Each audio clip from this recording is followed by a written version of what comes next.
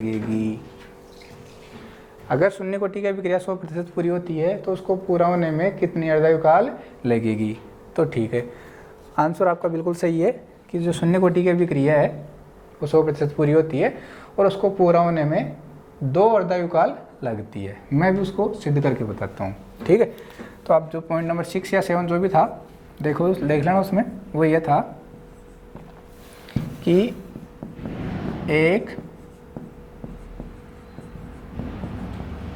शून्य कोटि की अभिक्रिया को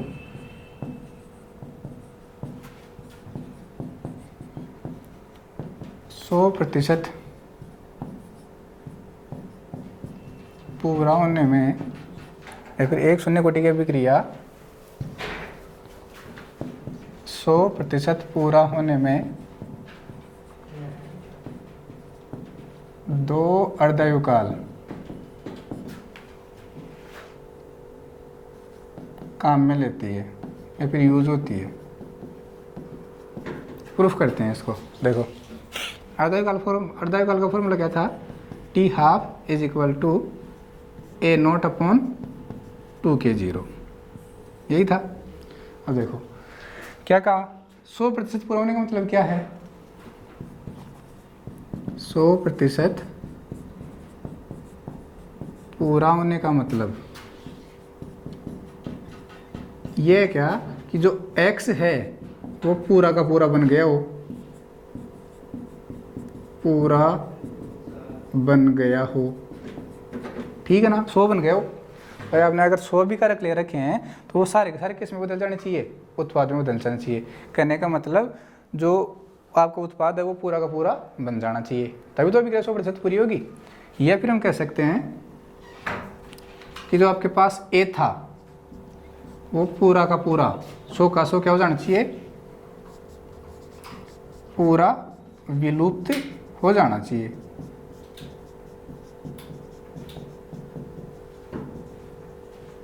ठीक है भाई, ठीक है। देखो ये 2 चीज़ें आपको पता होनी चाहिए। तो अब हम यहाँ से रखते हैं, इसको वैल्यू रखते हैं इसमें। T12 is equal to A0 कितना होना चाहिए? 100 होना चाहिए अपॉन 2K0। ठीक है भाई, सॉरी एक बार देखो, आपने एक समीकरण पढ़ी थी K0 is equal to x/t, यही पढ़ी थी। ठीक है, हमें यहाँ से क्या ज्ञात करना है? T 100% की जो 100% अभिक्रिया पूरी हो रही है उसमें कितनी अर्धयुकाल लगेगी। तो वो कैसे निकालोगे? x/K0 भाई, इसको इधर ले गए अपन तो ये नीचे आ गया। अब अभिक्रिया 100% पूरा हो रही है, उसके लिए क्या जरूरी है? x की वैल्यू पूरी 100 होना जरूरी है। तो T 100% बराबर 100/K0। ठीक है, अब यहाँ से आओ, इसको समीकरण कह दो आप 1। हम जानते हैं कि T1/2 is equal to A0/2K0। यहाँ से हमें क्या चाहिए? K0 चाहिए, क्योंकि यहाँ पे अपने को किसकी वैल्यू पुट करनी है? K0 की पुट करनी है। तो K0 इज इक्वल टू क्या आएगा? A/2T12, equation number 2। समीकरण 2 से K0 को मान समीकरण 1 में रखने पर समीकरण 2 से K0 का मान समीकरण 1 में रखने पर, एक बार मैं मार्कर थोड़ा चेंज कर लेता हूँ।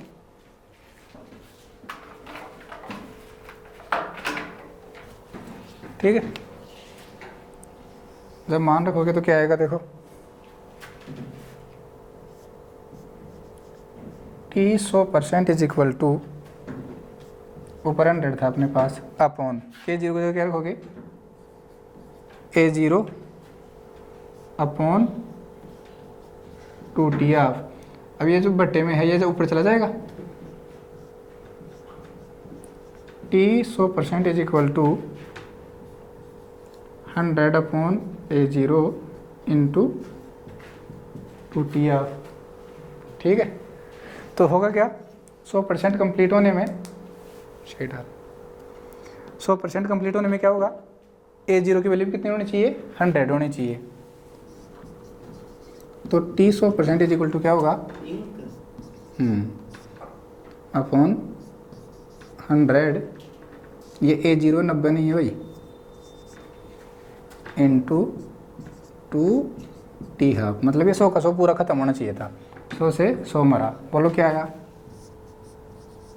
T 100% is equal to 2T half.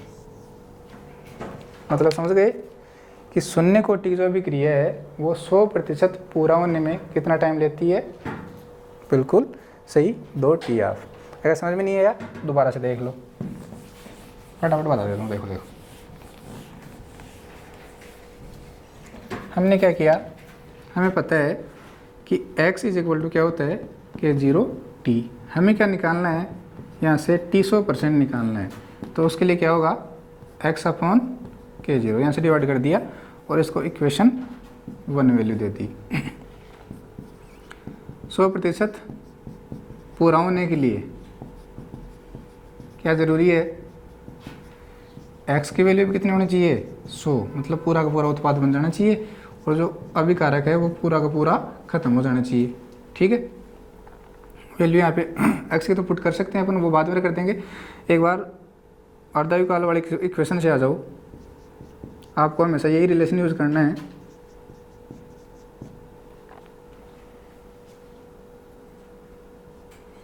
अर्धायुकाल थी T half is equal to A0 upon 2K0।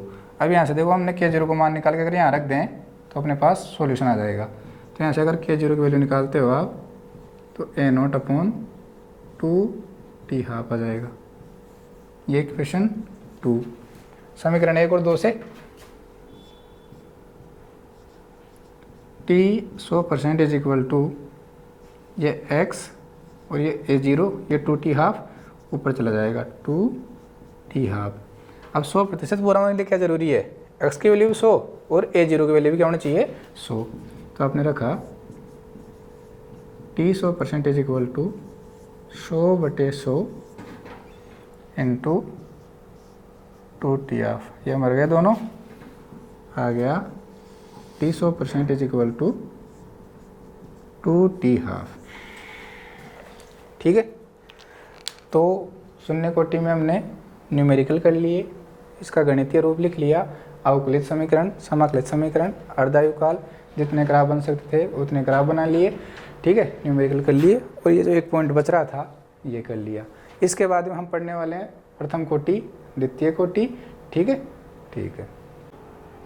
तो देखो हमने क्या है कि पिछले लेक्चर के अंदर शून्य कोटि अभिक्रिया को ख़त्म कर लिया था। ठीक है, अब हम क्या करते हैं, प्रथम कोटि अभिक्रिया की तरफ मूव करते हैं। तो अब अपने अगले हेडिंग है प्रथम कोटि अभिक्रिया।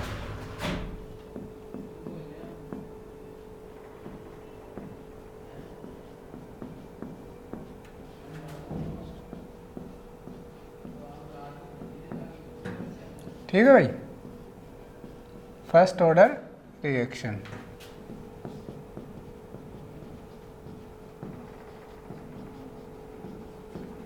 सबसे पहले तो परिभाषा की बात करते हैं। तो पीछे हमने लिखा था, किसी रासायनिक अभिक्रिया का वेग अभिकारकों की सांद्रता के अगर प्रथम घात के समानुपाती होगा तो वो क्या कहलाएगी, प्रथम कोटि की अभिक्रिया कहलाएगी, और अगर शून्य घात के समानुपाती होगा तो वो क्या कहलाएगी, शून्य कोटि की अभिक्रिया कहलाएगी। तो अब हम प्रथम कोटि की अभिक्रिया पढ़ रहे हैं, तो इसकी परिभाषा क्या होगी, किसी रासायनिक अभिक्रिया का वेग अभिकारकों की सांद्रता के प्रथम घात के समानुपाती होता है, तो उस अभिक्रिया को क्या कहते हैं, प्रथम कोटि की अभिक्रिया कहते हैं। ठीक है, मैं लिख रहा हूँ,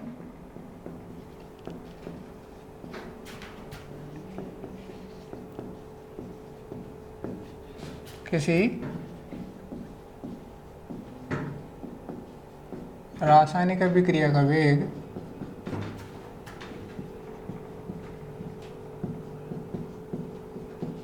अभिकारकों की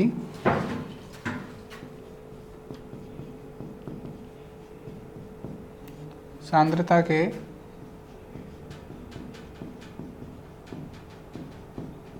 गुणनफल के प्रथम घात के समानुपाती होता है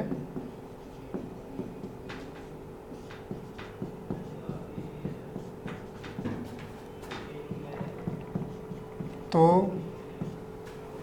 उस अभिक्रिया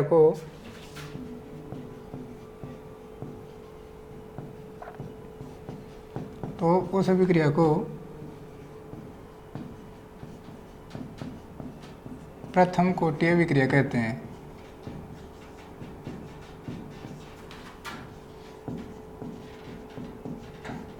ठीक है भाई।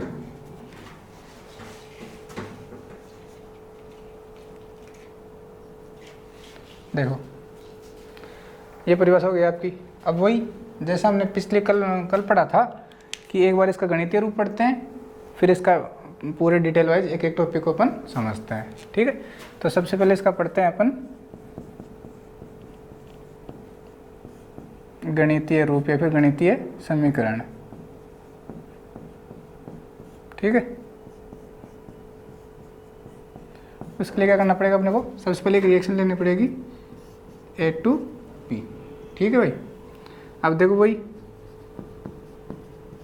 प्रारंभ में जब आपके पास T बराबर 0 है, उस समय कंसंट्रेशन क्या है? A0। इनिशियल कंसंट्रेशन प्रारंभिक सांद्रता हमने मान रखी है A0 है, तो अभिक्रिया कोई हुई नहीं है, तो उत्पादित सांद्रता कितनी आएगी? 0। ठीक है। अब आपके पास कुछ समय हुआ, समय T बराबर T सेकंड पर, इसकी सांद्रता क्या हो जाएगी? 80। इसकी क्या हो जाएगी? BT। XY जो भी है। अब देखो मैंने कहा था इसको कुछ नहीं यूज़ करना अपने को, हम डायरेक्ट करते हैं। देखो भाई, अब मान लो कुछ अभिक्रिया हुई है, तो इस M में से कुछ भाग टूट के कहाँ जाएगा? प्रोडक्ट में जाएगा। मतलब रिएक्टेंट का कुछ ना कुछ भाग टूट के किस में जाएगा? प्रोडक्ट में जाएगा। अब कितना भाग गया हमें नहीं पता, तो हम क्या कर लेते हैं कि हमने मान लिया कि इस M में से, या जिसकी प्रारंभिक सांद्रता A0 है, इसमें से X टूट के चला गया। तो जब इसमें से X टूट के जाएगा तो इसका क्या बनेगा? X बनेगा। ठीक है, तो मैंने मान लिया कि ये तो हो गया A0 माइनस X, और ये कितना बने बचेगा? X। कैसे? देखो पहले A0 था, इस A0 में से X चला गया, तो अब T टाइम पे कंसंट्रेशन कितनी बचेगी? A0 minus X। जब इसमें से X गया है तो इधर कितना बनेगा? X ही बनेगा। इतना परफॉर्मा आपको हर रिएक्शन में रखना है, सेम रखना है, चाहे फर्स्ट ऑर्डर की हो, चाहे जीरो ऑर्डर की हो, चाहे सेकंड ऑर्डर की हो। सेकंड ऑर्डर के हम देखेंगे दो केस आएंगे, लेकिन फिलहाल आपको ये वाला परफॉर्मा सेम रखना है सब में। ठीक है, अब हम बात करते हैं वेग की। तो देखो भाई, सबसे पहला हमारा काम है वेग नियम के अनुसार। क्या कहता है वेग नियम? जो आपका वेग है वो समानुपाती होता है। देखो किसी रासायनिक अभिक्रिया का वेग किसके समानुपाती होता है? अभिकारक A। अब एक ही है तो इसकी पावर कितनी आएगी? 1। ठीक है, वेग को हम क्या लिख सकते हैं? dx बटे dt समानुपाती। मैंने कहा था T समय पे सांद्रता रखनी है, अभी वो क्या है? A0 माइनस X, और इसकी पावर कितनी आएगी? 1। ठीक है भाई। अब देखो क्या करते हैं अगले स्टेप में, समानुपाती को हटाते हैं। जब इसको हटाओगे तो एक कांस्टेंट लगाते हैं, dx upon dt is equal to, एक कांस्टेंट लगा दिया k। क्योंकि प्रथम कोटि की अभिक्रिया पढ़ रहे हैं तो इस कांस्टेंट को कह देंगे अपन k1। जैसे पीछे के जीरो का आता है इसको कह दिया k1, और आपके पास यहाँ आ गया a minus A0 minus x. Power 1 लगाओ चाहे मत लगाओ। ठीक है भाई, ये आपके पास आ गया समीकरण 1। अब क्योंकि ये जो समीकरण आई है ये अवकलन करने के बाद में आई है, इसलिए इसको क्या कह देते हैं? यह है अवकलित वेग समीकरण है। ठीक है, और यहाँ K1 क्या है? इधर दिख रहा है, चलो यहाँ लिख देता हूँ। K1 बराबर प्रथम कोटि का वेग स्थिरांक। ठीक है, आगे चलते हैं। आगे देखो, मैंने कहा था आपको इस k के पास में जो भी होता है उसको हम इस dx के नीचे ले जाते हैं, और जो dx के नीचे मतलब जो dt होगा उसको कहाँ ले जाते हैं, k1 के पास ले जाते हैं। तो इसको जब रीअरेंज किया हमने तो हमने देखा हमारे पास आया dx upon a minus x a nought minus x is equal to k1 dt। ठीक है, इतना आने के बाद में हम क्या किया करते थे, इस समीकरण का समाकलन किया करते थे। ठीक है, तो मैं लिखता हूँ इस समीकरण का समाकलन करने पर, ठीक है, समाकलन करोगे तो समाकलन करने से सबको पता है ये वाला होता है। अब मैं इसको लिख रहा हूँ कुछ इस प्रकार से 1 upon a nought minus x into d x is equal to ये k1 dt। अब आपको पता है कि जो k1 है कांस्टेंट है तो समाकलन से बाहर आ जाएगा, तो मैं यहीं लिख रहा हूँ इसको। ठीक है, k1 dt। अब मैंने क्या कहा था, अगर आपको समाकलन में लिमिट नहीं दी जाती है तो हम क्या करते हैं, समाकलन को पूरा होने के बाद में एक स्थिरांक लगाते हैं जिसे क्या कहते हैं, समाकलन स्थिरांक कहते हैं। फिर बाद में उसको हम हटा देते हैं। और अगर आपको समाकलन में लिमिट दी जाती है कि यहाँ से यहाँ तक आपको समाकलन करना है तो समाकलन को पूरा होने के बाद में हम कोई स्थिरांक नहीं लगाते हैं। ठीक है, तो देखो अब यहाँ पे एक अपने पास ये टर्म आ गई 1 upon a nought minus x D x. तो इसको हम इजी वे में बनाते हैं। हम क्या करते हैं, देखो भाई एक फॉर्मूला होता है integration of 1 upon x D x. 1 by x D x का जो समाकलन होता है ये फॉर्मूला है, इसका होता है ln x।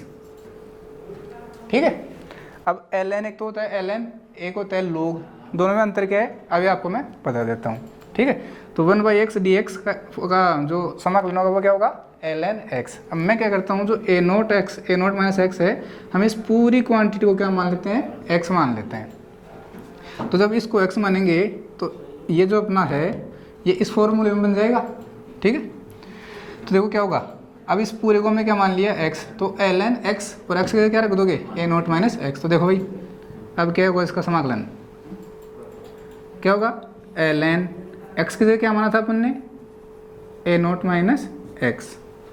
अब देखो भाई जो ए नोट है वो तो कांस्टेंट है और जो x है वो वेरिएबल है, तो इसका तो जो अवकलन होगा, अब अवकलन करना है, इसका अवकलन तो होगा 0 और x का हो जाएगा 1। ठीक है, अब 1 होगा लेकिन माइनस एक्स है तो कितना होगा, -1। तो ये माइनस यहाँ पे बाहर आ जाएगा और आपको इसका इस माइनस का ध्यान रखना है। हम इस माइनस में गलती कर देते हैं। देखो क्या हुआ, सबसे पहले हमने किया इसको पूरे को क्या मान लिया, हमने माना ये पूरा ही क्या है, x है। ठीक है, तो 1 बाई एक्स डी एक्स इसका समाकलन क्या होता है, ln x। x की जगह हमने क्या रख दिया, a माइनस एक्स। तो अब इसका दोबारा से करना पड़ेगा, a का करोगे 0 क्योंकि a कांस्टेंट है और x क्योंकि माइनस एक्स है तो x का 1 हो जाएगा डी बाई डी एक्स के रेस्पेक्ट में। ठीक है भाई, dx बाई डी एक्स हो जाएगा ये, डी बाई डी एक्स के रेस्पेक्ट में x का करोगे तो x का कितना हो जाएगा 1, लेकिन माइनस एक्स है इसलिए -1 हो जाएगा। तो ये आपका माइनस यहाँ पे इसलिए बाहर आ गया। ठीक है, समझ में आ गया होगा। Is equal to k1 constant था, बाहर आ ही गया और dt का क्या हो जाएगा, t और प्लस का c। बताओ इसमें कोई दिक्कत है क्या। अब c क्या है यहाँ पे, c क्या है, समाकलन स्थिरांक है। ठीक है भाई, अब हमें क्या करना है, इस समाकलन स्थिरांक को हटाना है। तो मैंने पहले भी कहा था कि इसको हटाने के लिए हम क्या करते हैं, एक ही कंडीशन को बार बार यूज़ करेंगे। और वो कंडीशन क्या है, जब समय t बराबर 0 होता है उस टाइम पे x की वैल्यू क्या होती है, 0, और ये मान उठा के आपको यहाँ रखने हैं। ठीक है, तो आपको एक कंडीशन लगानी है, जब समय t बराबर 0 है तब x बराबर भी क्या है, 0। ये मान, मैं इसको समीकरण 2 कर देता हूँ, ये मान समीकरण 2 में रखने पर रखो भाई, क्या आएगा देखो, माइनस करें तो एज इट इज रहेगा, a0 का a0, x की जगह क्या रखोगे 0, k1 का k1, फिर t की जगह क्या रख दोगे 0। तो देखो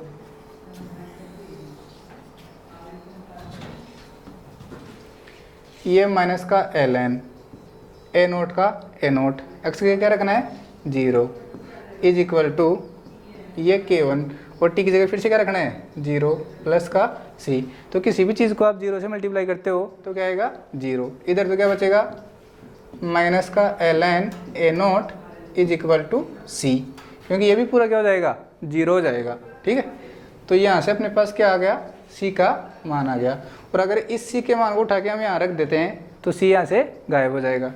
तो मैं यहाँ से लिख रहा हूँ c का ये मान कहाँ रखते हैं, समीकरण 2 में रखने पर।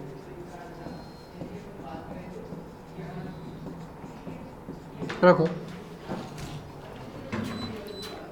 माइनस का ln a note minus x is equal to k1t।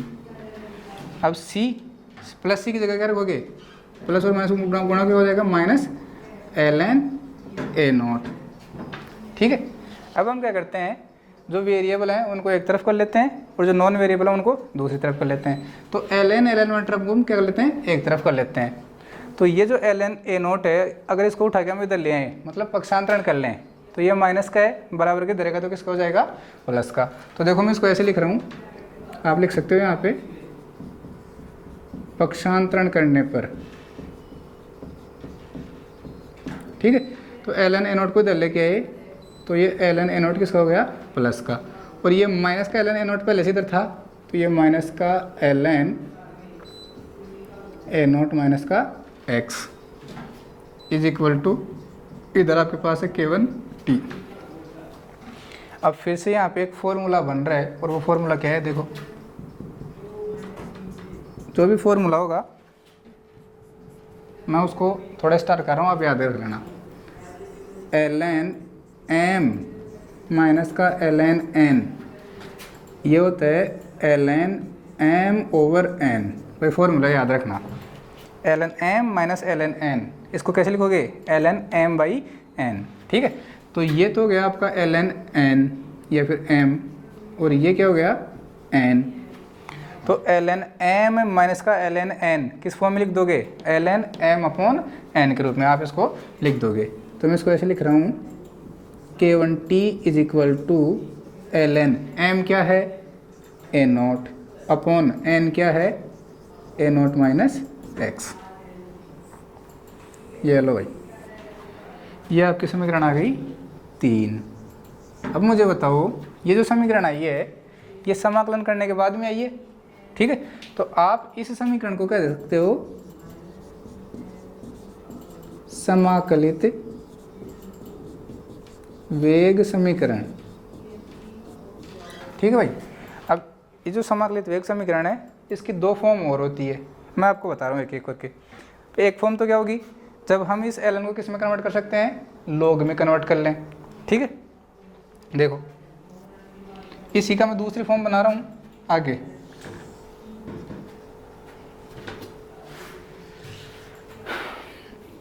क्या करोगे आप, ln को लॉग में बदलते हैं, ln को लॉग में बदलने पर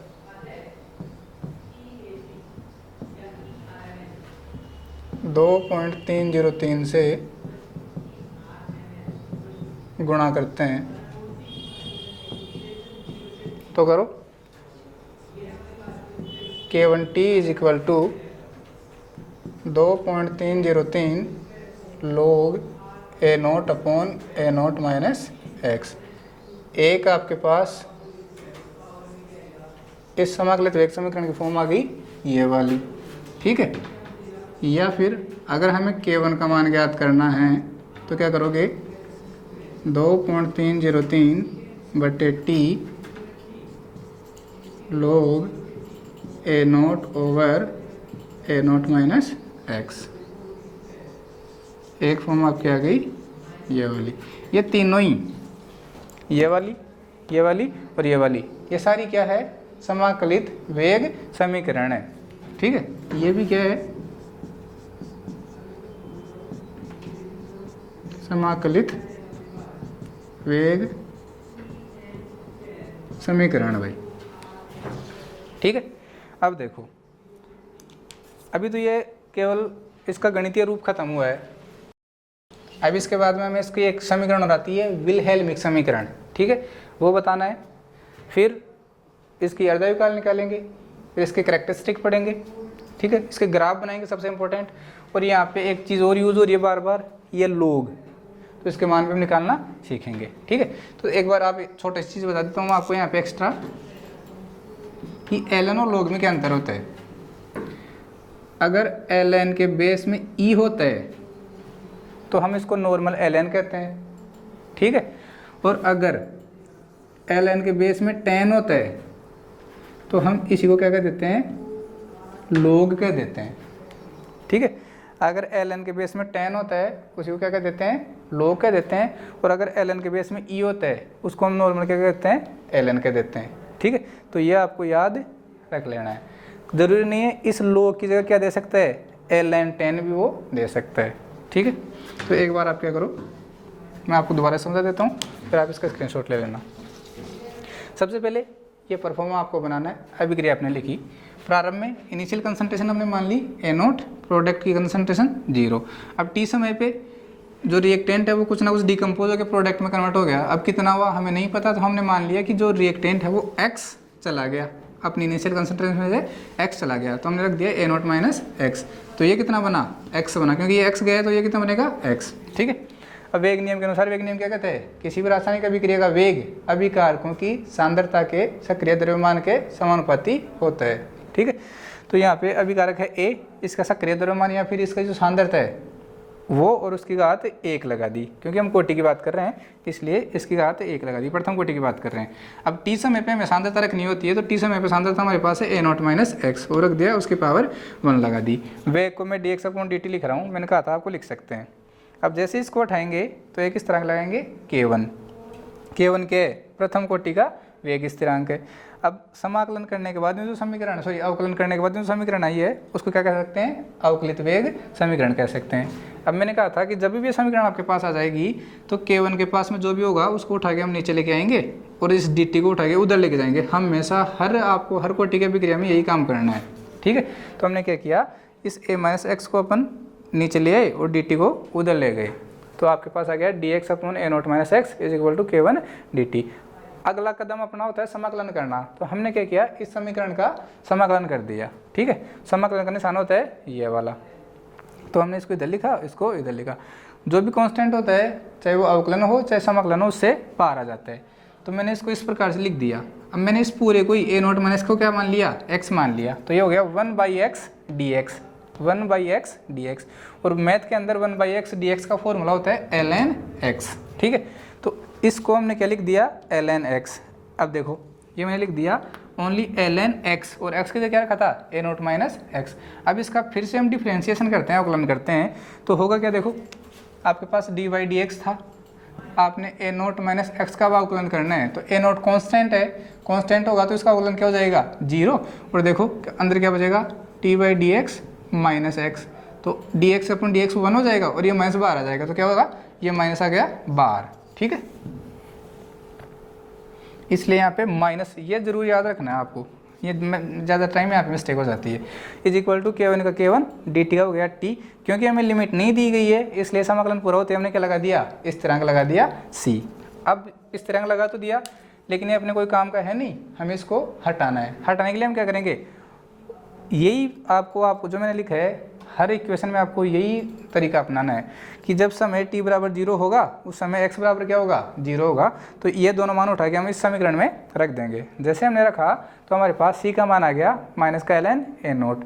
अब जब c का मान आपने निकाल ही लिया तो रख दो इस समीकरण में और c के मान को यहाँ से हटा दो।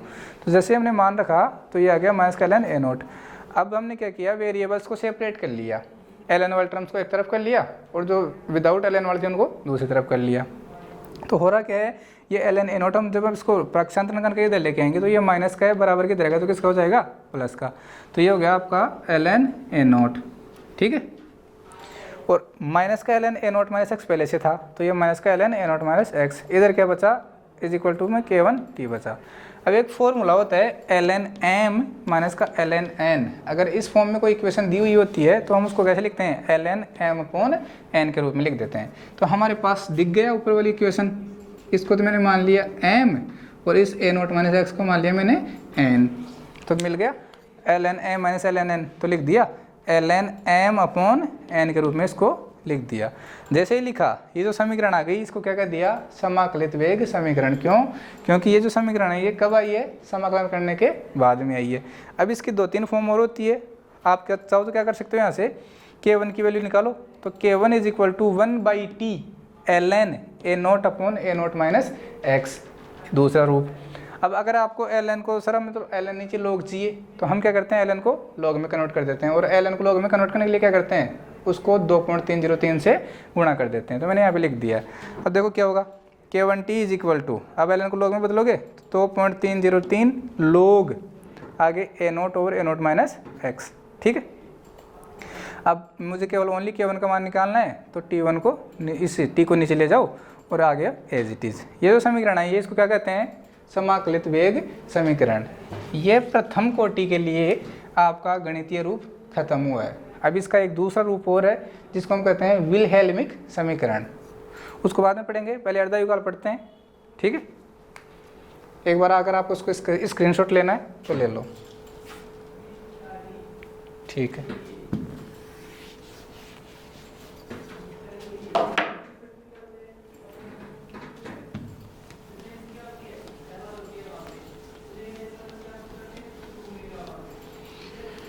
अब देखो अर्धयुगाल पढ़ते हैं, और अर्धयुगाल की परिभाषा आपको सबको पता है, बताओ क्या होती है, पता है। अर्धायु, आधी आयु कहने का मतलब किसी भी अभिक्रिया को आधा पूरा होने में लगा हुआ समय क्या कहलाता है, अर्धायु काल कहलाता है, ठीक है। तो वो परिभाषा लिख लो, फिर हम इसकी अभिक्रिया के लिए क्या निकालते हैं, अर्धायु काल निकालते हैं। फिर वो सारे पॉइंट इसमें पढ़ेंगे जो हमने शून्य कोटि में पढ़े थे।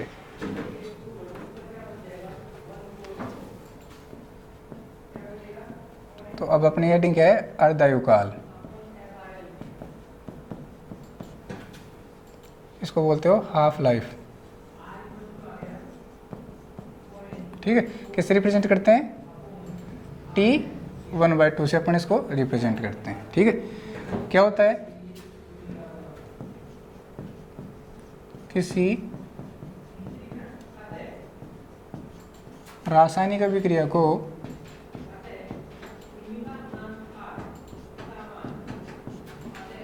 आधा पूरा होने में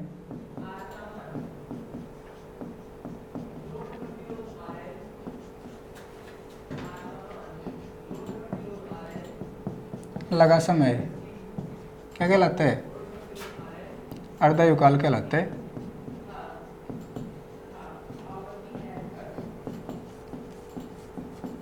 ठीक है भाई, किसी भी विक्रिया को आधा पूरा होने में लगा हुआ समय क्या कहलाता है, अर्धायु काल कहलाता है। समाकलित वेग समीकरण उठा लो, क्या थी, k1 is equal to 2.303/t log A naught upon A naught minus X. ये क्या थी आपकी समाकलित वेग समीकरण। मैंने कहा था जब भी आपको अर्धायु काल निकालनी है तो हम क्या करते हैं, t की जगह तो t हाफ रख देते हैं तथा x की जगह क्या रख देते हो, a0/2। ये आपका था समीकरण 3 से, ये समीकरण 3 थी, लास्ट में लिखा था, ठीक है। तो ये सारे मान कहाँ रखोगे आप, समीकरण 3 में रखोगे।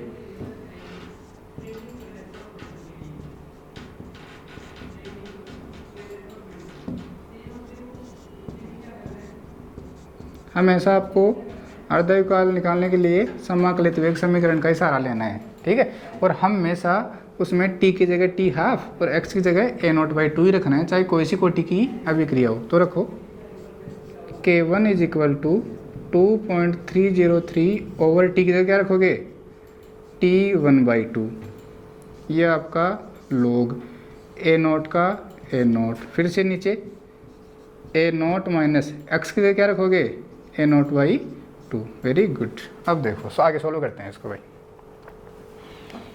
K1 is equal to 2.303 over T1/2 लोग, ये ए नोट आपका ऊपर है और नीचे देखो भाई, ये तो आपके पास ए नोट है और उसमें से क्या घटवा रहा है, ए नोट बाई टू।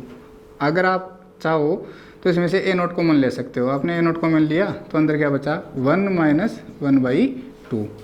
एक में से आधा जाएगा, कितना बचेगा, आधा बचेगा। ठीक है, तो आप लिख सकते हो ए नॉट 1/2। तो इसका मतलब यही हुआ क्या, ए नॉट बाई टू।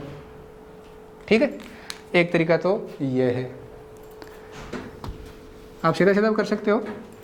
ये एक ए नोट जो है वो पूरा है और ए नोट बाई टू है वो क्या है, आधा है। तो एक में से आधा जाएगा, कितना बचेगा, आधा बचेगा। A naught minus a naught by two क्या बचेगा, ए नोट बाई टू। दूसरा तरीका है, आप इसका एलसीएम लेके कर सकते हो। A naught minus a naught by two है, डिवाइड में 1 लगाओ, एलसीएम ले लो 2। 2 को 1 से डिवाइड किया 2 आएगा, और 2 को ए नोट से मल्टीप्लाई किया 2 ए नोट, माइनस 2 को 2 से डिवाइड किया 1, और 1 को ए नोट से मल्टीप्लाई किया तो आपका ए नोट। अब 2 ए नोट में से एक ए नोट जाएगा, क्या बचेगा, एक ए नोट बचेगा बटे 2। तो कैसे भी कर लो, कुल मिला के आना क्या है, ए नोट बाई टू। तो इसकी जगह अब क्या आएगा, only A naught by to. अब ध्यान से देखो तो ये 2 ऊपर चला जाएगा और ए नोट से ए नोट मर जाएगा। देखो भाई, K1 is equal to 2.303 over T1/2 लोग 2 ऊपर चला गया और ऊपर पहले से क्या है, ए नोट, और नीचे भी क्या है, ए नोट। ए नोट से ए नोट मरा। आगे देखो, हमें मान किसका कैलकुलेट करना है, टी हाफ का। तो टी हाफ को इधर ले आओ, K1 को इधर ले जाओ। ठीक है भाई, ये T1/2 is equal to 2.303 over K1, और ये आपका हो गया log 2।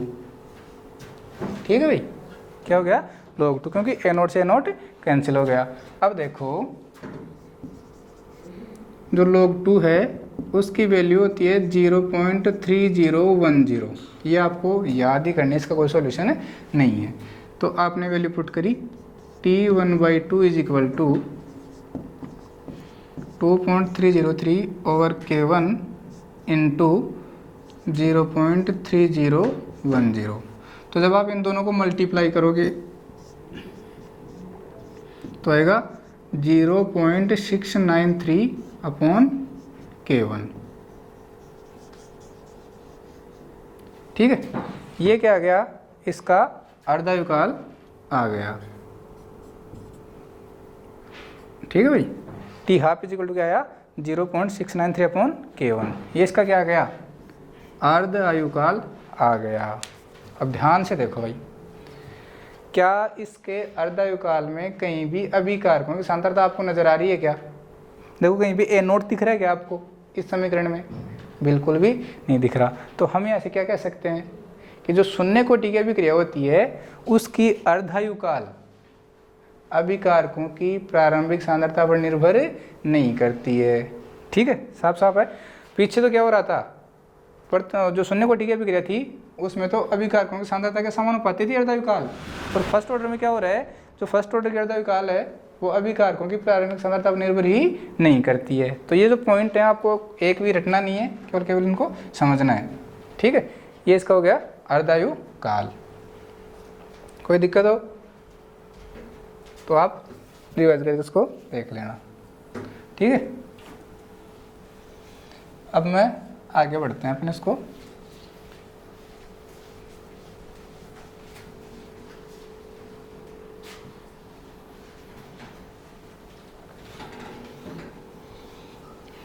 देखो एक चीज़ और देखो, हमने पढ़ा पहले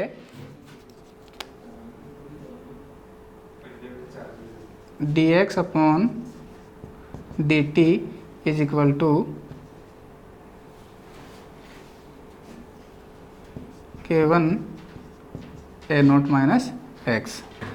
या फिर आप इसको कहाँ से लेके आए थे,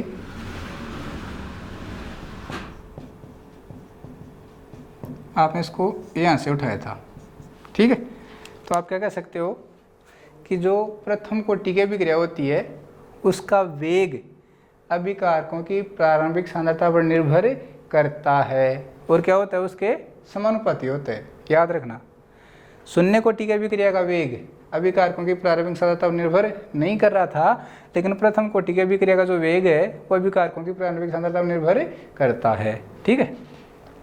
ये मैं आपको बताना चाह रहा था। यहाँ पे शून्य कोटि में क्या, प्रथम कोटि में अर्धायुकाल अभिकारकों की सांद्रता पर निर्भर नहीं करती थी, और शून्य कोटि में अभिकारकों का जो वेग है, अभिक्रिया का जो वेग है वो निर्भर नहीं करता था किसके ऊपर, अभिकारकों की प्रारंभिक सांद्रता के ऊपर। इसको अपन ने पढ़ लिया। अब हम क्या करते हैं